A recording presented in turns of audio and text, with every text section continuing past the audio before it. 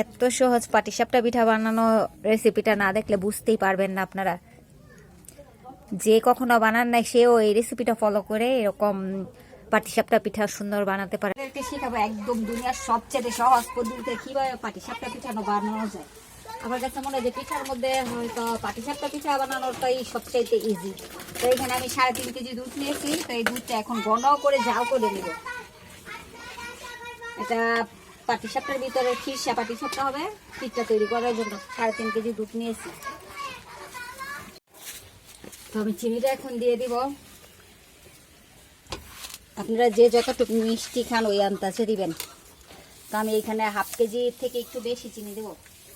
একবারে চিনিটা দিয়ে দেবো যাতে জাল হয়ে ঘন হয়ে যায়।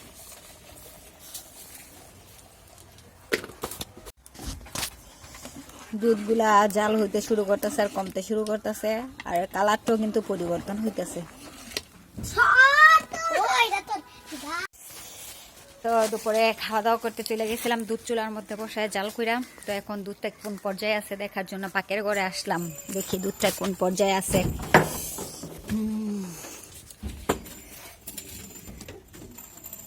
চুলার তাপে দুধটা বসাই রেখে গেছিলাম, দেখতেই পাইতেছেন কিরকম দুধটাই যেমন ক্ষীরা হয়ে গেছে চুলার তাপেও, লাকড়ির আগুনের তাপে। এখন আমি ক্ষীরটা তৈরি করার জন্য আবার চুলার পাড়ে আইসা পড়লাম।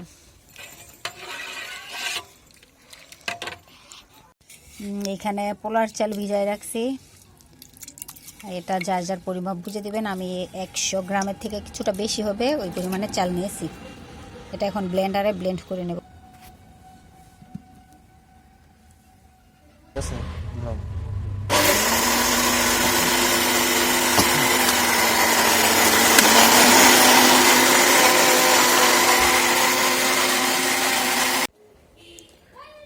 এই তো আমার চালটা ব্লেন্ড করা হয়ে গেছে, এখন আবার চুলার পাড়ে চলে যাব।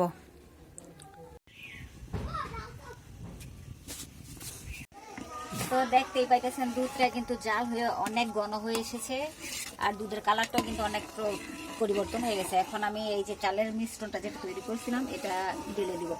খেয়াল রাখতে হবে এখানে ডালার সময় অনবরত নাড়তে হবে, না হলে কিন্তু তলাতে লেগে যাবে আর দলা পাকিয়ে যাওয়ার সম্ভাবনা আছে। পারছেন আমার ক্ষীরাটা হয়ে গেছে, চালটাও সিদ্ধ হয়ে গেছে। এখন এটা না আমি ঠান্ডা করে নিব। ঠান্ডা করার পর পিঠার বানানোর ধাপে চলে যাব আমরা। এখন আমি পাটিসাপটা রুটিটার জন্য গোলাটা রেডি করে নেব। এখানে চালের গুঁড়া নিয়েছি, দিয়ে দেবো খানিকটা ময়দা। ময়দাটা অবশ্যই দেওয়ার চেষ্টা করবেন, ময়দাটা দিলে হয় কি পিঠাটা অনেক সফট হয় আর ভেঙে যাওয়ার চান্স থাকে না। তো এখানে আমি 250 গ্রামের মতো ময়দা দিয়ে দিলাম।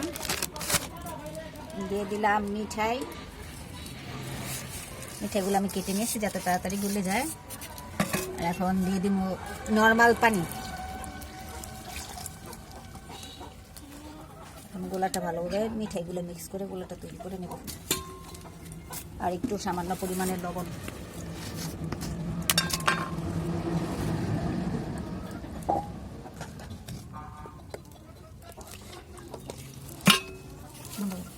ঠান্ডা হতে দিয়েছি, আর এখানে চালের গোলাটা রেডি করে নিচ্ছি। ততক্ষণে ক্ষীরাটা ঠান্ডা হওয়ার জন্য রেখে দিয়েছি। দেখতেই পাচ্ছেন আমার গোলাটা কিরকম হয়েছে, বেশি ঘনও না আবার বেশি পাতলাও না, এইরকম একটা। তো বিসমিল্লাহর নাম নিয়ে পিঠা দেওয়া শুরু করলাম। আগে কড়াইটা ভালোভাবে গরম করে একটু তেল মেখে নিলাম। এখন গোলাটা দিয়ে পিঠা বানানো শুরু করব। গোলাটা দিয়ে ঘুরিয়ে ঘুরিয়ে গোল করে রুটি বানিয়ে নিব।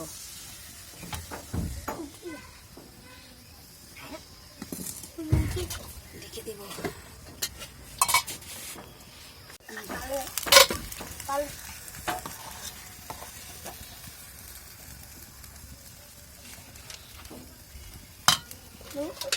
আমার এই কড়াইটা কিন্তু কোনো দিক দিয়ে নন স্টিক প্যানের থেকে কম নয়।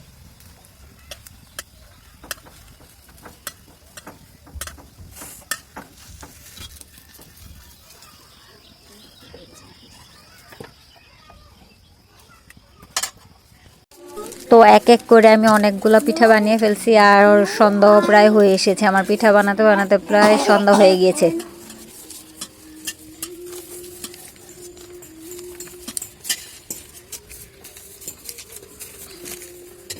তো ফাইনালি আমার পিঠা বানানো শেষ, দেখতেই পাচ্ছেন পিঠাগুলো কিরকম হয়েছে।